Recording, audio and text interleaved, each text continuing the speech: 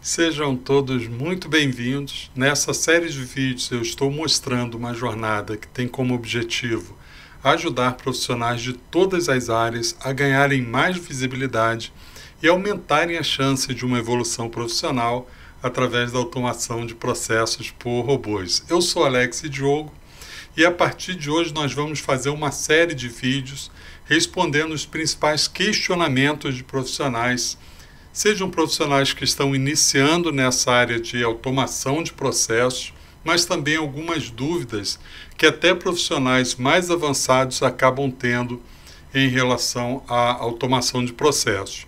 Porém, o nosso foco aqui vai ser em cima da ferramenta da UiPath.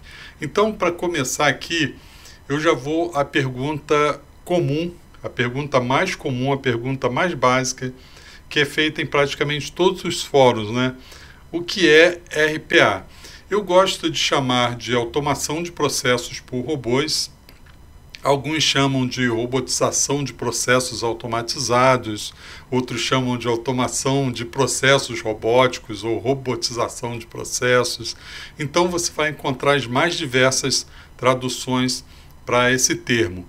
Mas RPA nada mais é do que o desenvolvimento de uma automação que é capaz de fazer com que um software de computador imite as ações que uma pessoa faz quando está utilizando sistemas que são informatizados, sistemas no computador.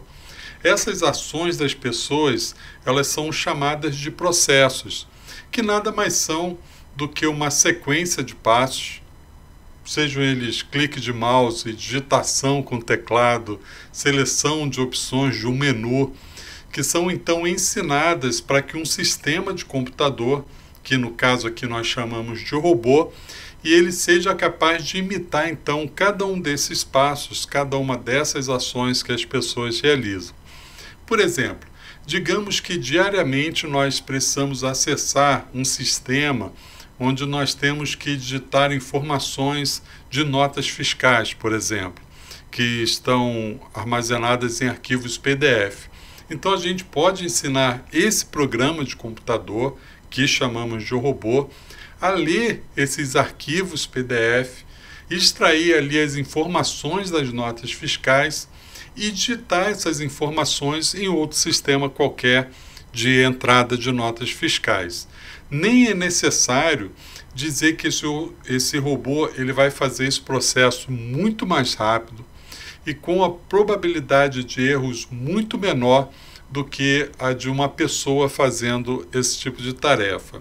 É claro que desde a sua concepção, o conceito de RPA ele tem avançado bastante, nós já estamos em vários níveis acima do que foi o conceito inicial de RPA, assim como acontece com todas as tecnologias, mas o conceito mais básico que a gente pode passar aqui é esse. A segunda pergunta aqui, que embora seja também uma pergunta mais conceitual, é algo que a gente consegue entendê-la bastante quando a gente está praticando o desenvolvimento de automação de processos, quando a gente desenvolve então os nossos robôs RPA, que é a seguinte: quais são os tipos de robôs RPA? Basicamente, existem dois tipos de robôs RPA. O que nós chamamos de robôs atendidos e o que nós chamamos de robôs não atendidos. Às vezes, isso gera alguma confusão, porque alguns acabam associando até os tipos de licença de uso desses robôs, no caso das licenças da UiPath, como sendo também tipos de robôs. Mas quando a gente olha para a nomenclatura que tem sido adotada no mercado, nós sempre concordamos com dois tipos de robôs, que são os robôs atendidos e os robôs não atendidos. Mas qual é então essa diferença entre eles? O que torna um robô atendido e o que torna um robô não atendido? E para que a gente possa compreender de uma forma mais simples possível, pense no robô como sendo uma pessoa mesmo, né? Um funcionário, um colaborador aí na sua empresa.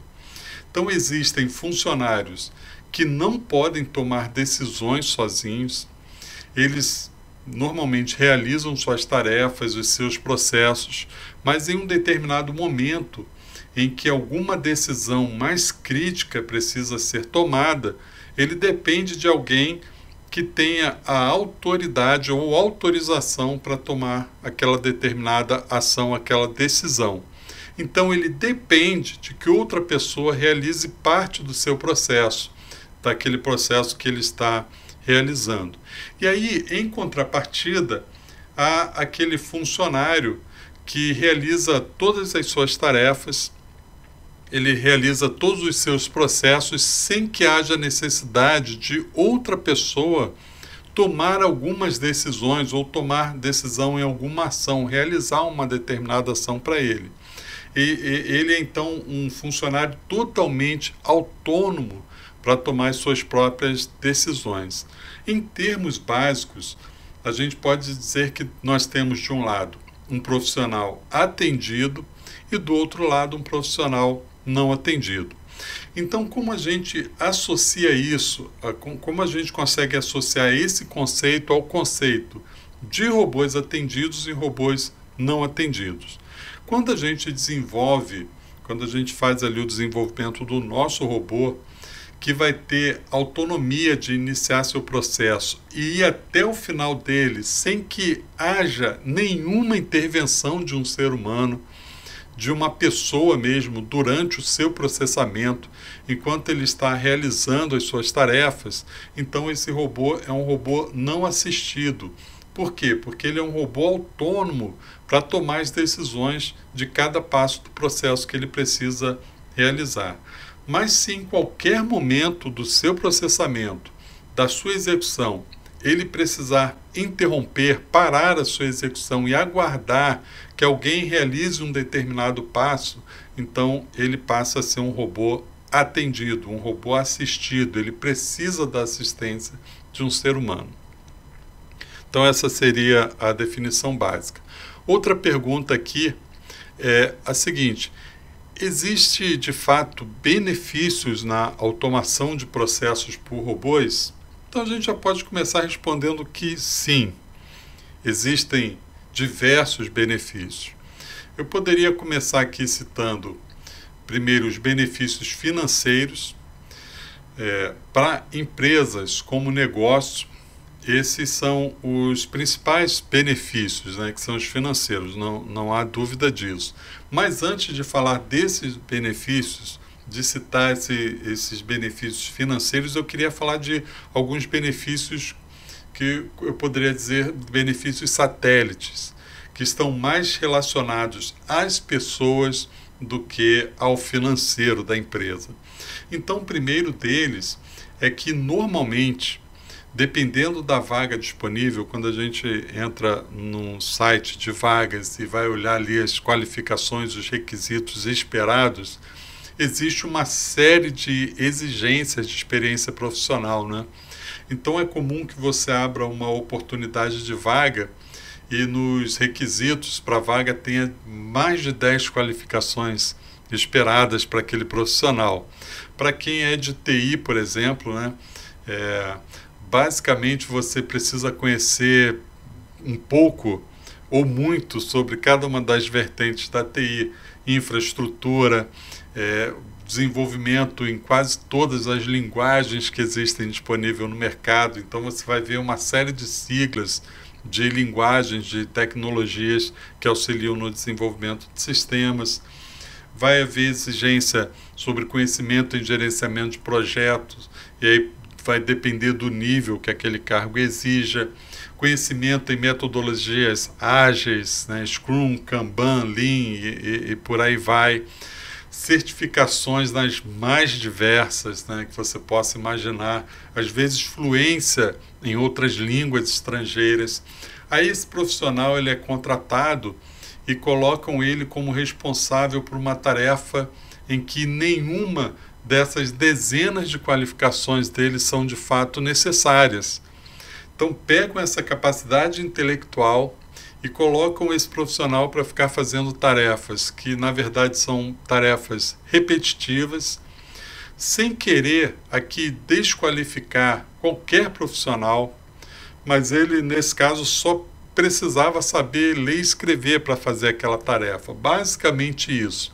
Então, ter a oportunidade de automatizar essas tarefas e dar para esse profissional a possibilidade de ele usar de fato o seu conhecimento acadêmico, aliado à sua experiência profissional, às suas qualificações, vai trazer não só um sentimento de valorização para esse profissional, como também um resultado financeiro muito atrativo para a empresa. Esses dias eu estava conversando, fazendo um bate-papo com uma aluna do curso, e ela estava falando que um determinado profissional na sua empresa, com um salário acima de R$ 20.000 mensais, tinha como uma de suas responsabilidades todos os dias entrar em vários sites para ver a cotação de algumas commodities, para que ele pudesse ver ali aquela cotação diária, preencher alguns formulários e enviar para algumas pessoas da empresa, e essas pessoas iriam usar aqueles dados para os seus respectivos processos também.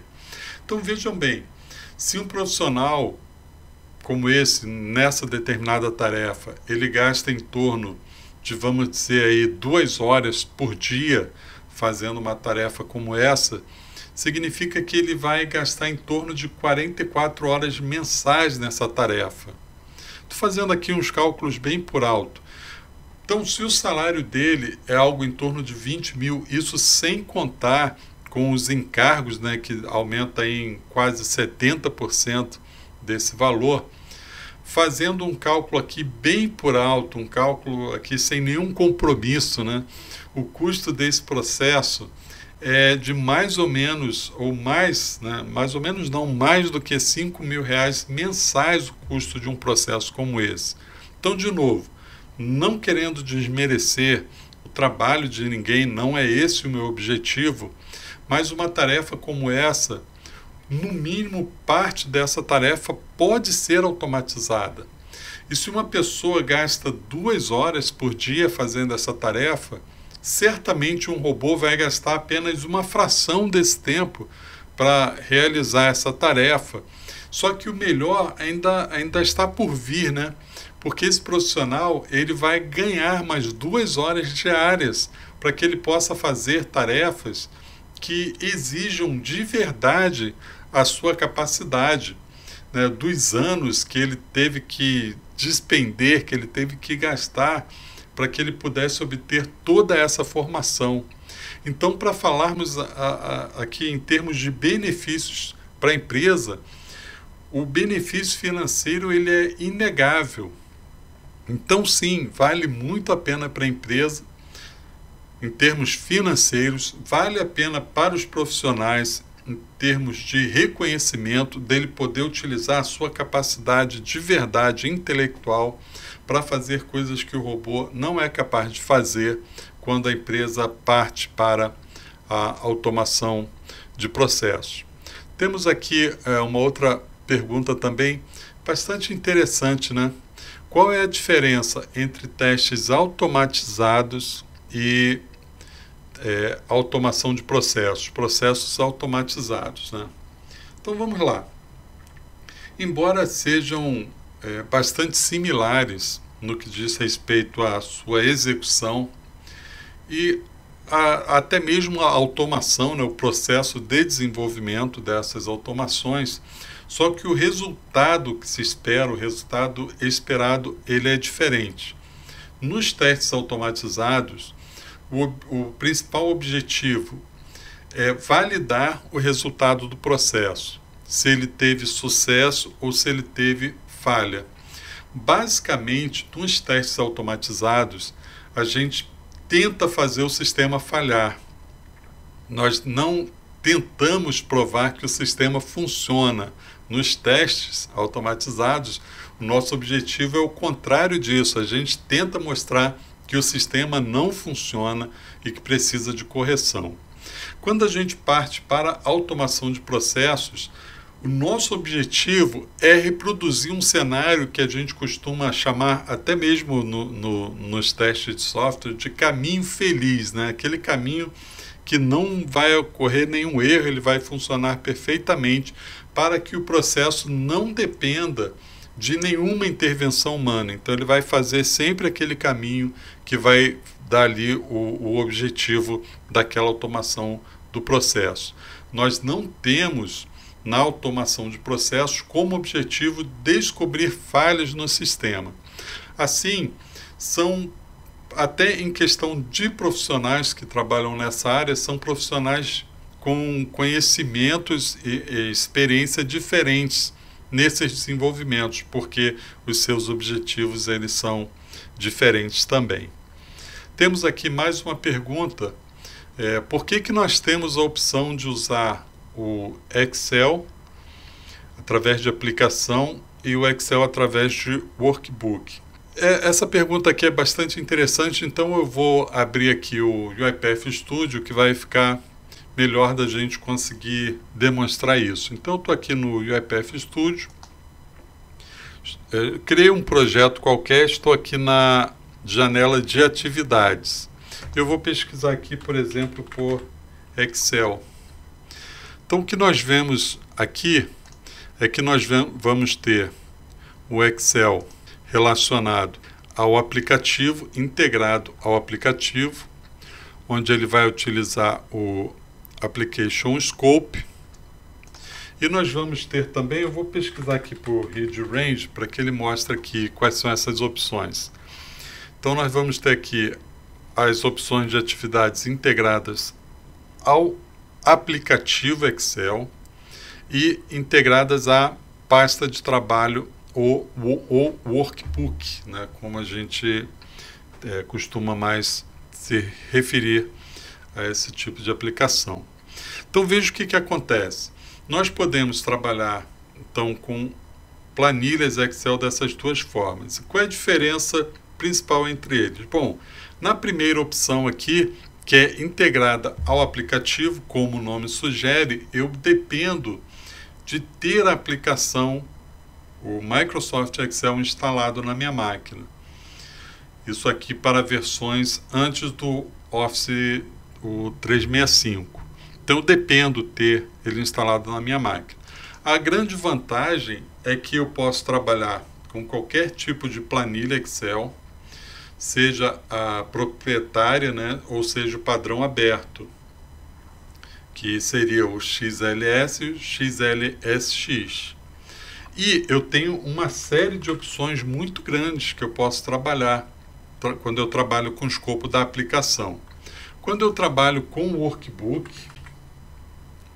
eu tenho uma grande vantagem, é que eu não preciso ter a aplicação do Microsoft Excel instalada, só que eu só consigo trabalhar com a versão Open da planilha Excel, que seria o padrão XLSX. Então nós vamos aqui, por exemplo, olhar aqui como Excel, e para utilizar nós precisamos primeiro chamar aqui o Excel Scope Application. Então a partir desse momento eu vou abrir uma planilha do Excel, extrair ali todas as suas informações, e quando eu sair de dentro desse escopo aqui, ele mesmo vai fechar aquela planilha. Então observe que eu tenho uma série de opções muito grandes. Quando eu trabalho com pasta de trabalho, eu tenho menos opções, só que eu não preciso ter o Excel instalado como nós dissemos, né? E aí se eu pegar, por exemplo, aqui um Read Range e arrastar para cá, você vai ver que basta eu apontar aqui para um arquivo Excel, definir qual é a sua guia, definir qual é o range das células que eu quero ler. Então a diferença básica entre elas são essas, né? Application Scope deve ter o Excel instalado na máquina. Para o Workbook ou pasta de trabalho eu não preciso ter ele instalado. Então utilizar um ou outro vai depender do tipo de aplicação ou tipo de automação que eu estiver desenvolvendo.